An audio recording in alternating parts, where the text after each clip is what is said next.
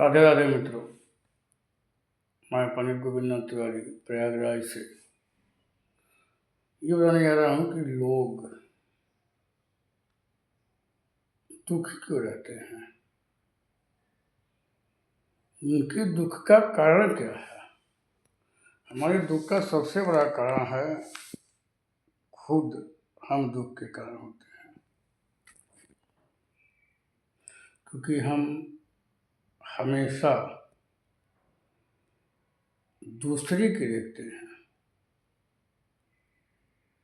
दूसरे की कमी को देखते हैं, दूसरे के तरक्की को देखते हैं। हमें क्या करना चाहिए, इस बात पे हम कभी ध्यान नहीं देते हैं। क्या सही है, क्या गलत है, क्या अच्छा है, क्या बुरा है, कभी इस पे ध्यान नहीं देते हैं। अगर इंसान को कामयाब बनना है तो दूसरे की नकल न करिए, आप खुद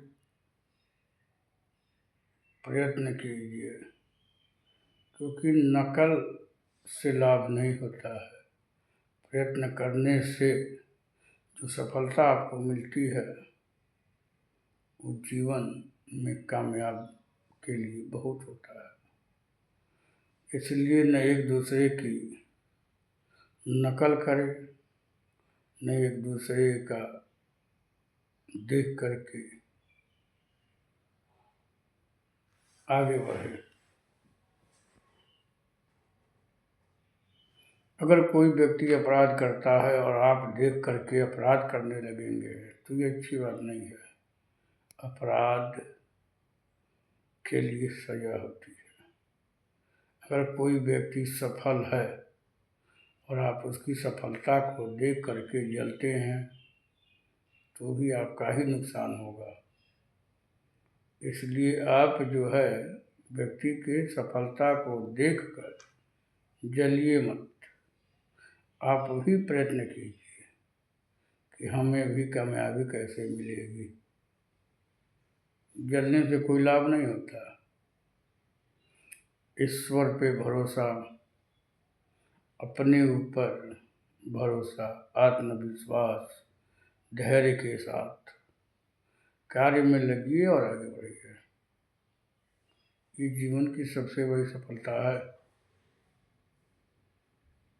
आज हमारे बच्चे जो हैं कामयाब नहीं हो रहे हैं, उसका भी सबसे बड़ा कारण क्या है? उनके अंदर हम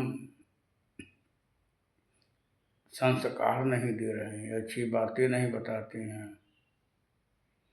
आप किसी से बात नहीं करते हैं तो तुम भी उनसे बात मत करना। बचपन से ही हम अपने बच्चों के अंदर बुराइयां भरते हैं। हमें किसके साथ क्या करना है ये सोचना चाहिए। हम बच्चों को क्या संस्कार दे रहे हैं, वो संस्कार का बच्चों के ऊपर क्या प्रभाव पड़ेगा, कभी कोई सोचा है? नहीं। बच्चों के अच्छा संस्कार देने से ही बच्चों का जीवन में सफलता प्राप्त होती है। इसलिए बच्चों को अच्छा संस्कार दीजिए, अच्छी शिक्षा दीजिए,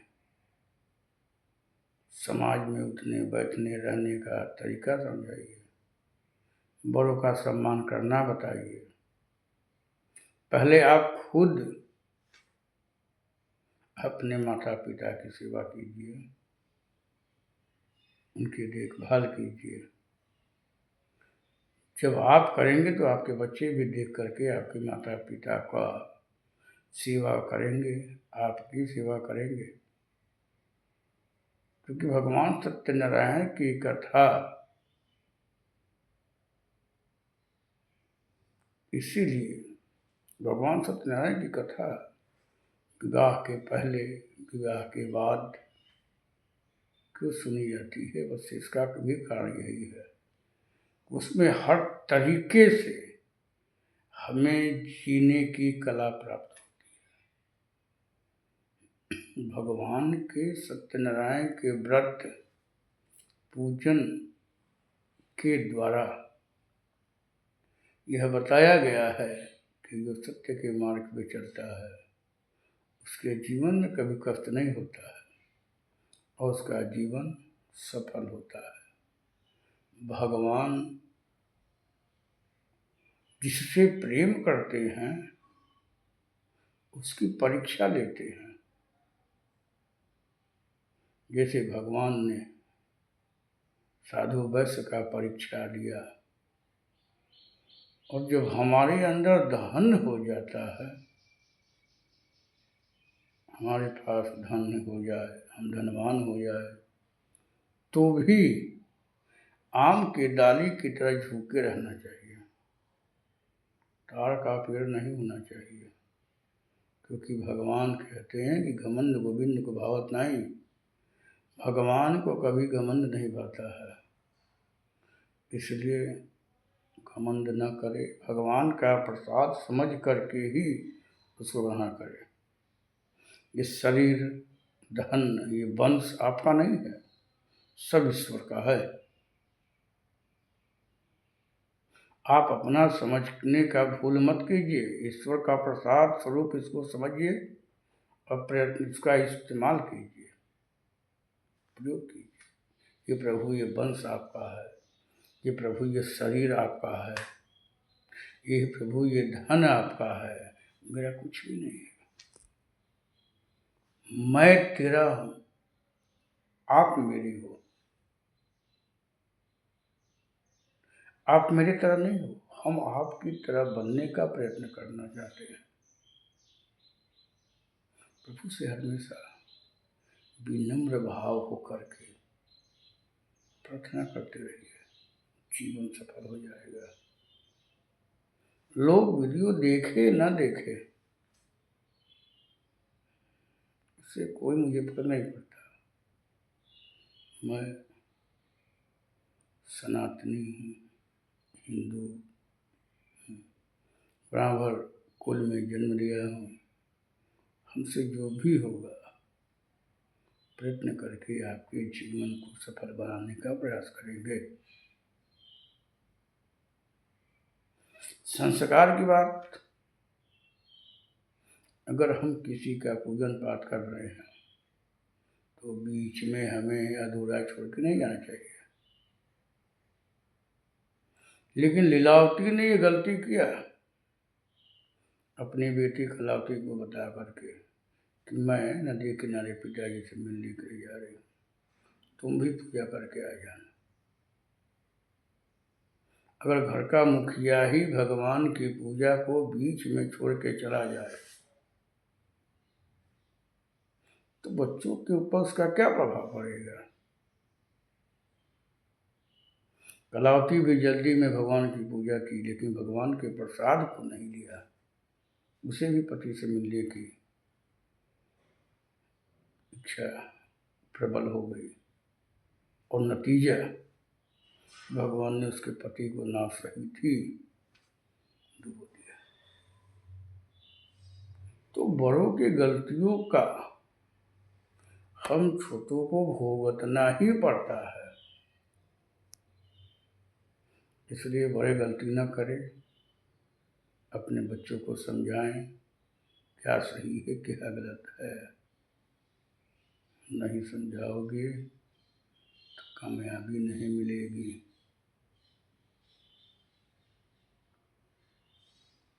आपने देखा 5वें अध्याय में उल्कामुख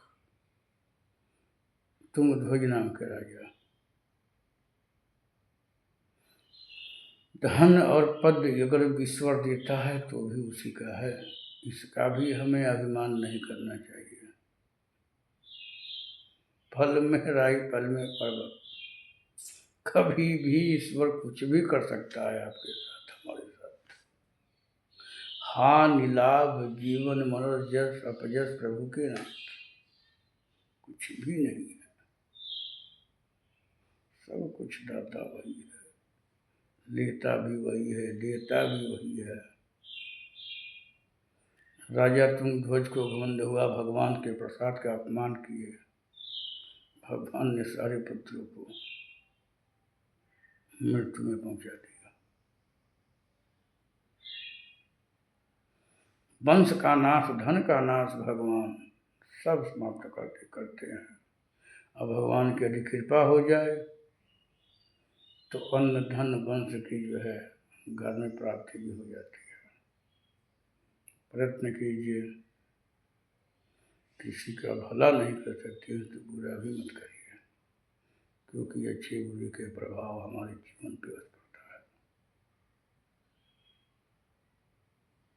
है। अगर आपको जानकारी नहीं है और कोई अच्छा कर्म कार्य कर रहा है तो उसमें देख करके, पूछ करके करने में कोई बुराई नहीं है, क्योंकि कोई भी अपनी माँ के पेट से कुछ भी नहीं सीख के आता। सब इसी संसार में एक दूसरे को देख करके, सुन करके, पूछ करके ही करते हैं। जैसे लकहारे ने ब्राह्मण देवता से पूछ करके भगवान सत्यनारायण का व्रत किया। इसलिए भगवान सत्यनारायण के पूजन का कोई समय निश्चित नहीं है। जिस दिन इच्छा हो उस दिन भगवान की कथा सुने। इसलिए तो जब भी आप भगवान की कथा सुनेंगे तो आपके भगवान के कथा का लाभ मिलेगा, व्रत का लाभ मिलेगा, पूजन का लाभ मिलेगा और अच्छी अच्छी ज्ञान की बातें सुनने को मिलता है, जिससे जीवन हमारा धन्य हो जाता है।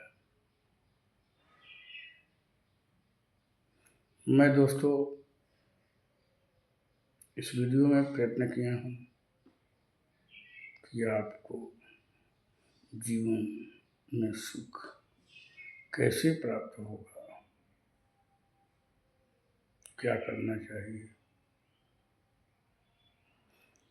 आप कोशिश करके देखिए, आपका जीवन भी सफल हो जाएगा। हमें इस बात का लालच नहीं है कि कोई मेरी वीडियो देखे, हमें तो बस आजीवन। मैं यूट्यूब का धन्यवाद देना चाहता हूँ, जिसके माध्यम से हम और आप एक दूसरे को देखते हैं, अपनी बातों को रखने का मौका मिलता है। अच्छी लगे तो देखिए,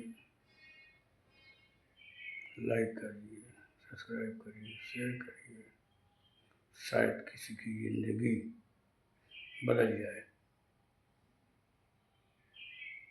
मैं वीडियो में प्रयास करता हूँ कि धर्म की बातें, ज्ञान की बातें ही हो। मैं फालतू वीडियो नहीं बनाता। नमस्कार।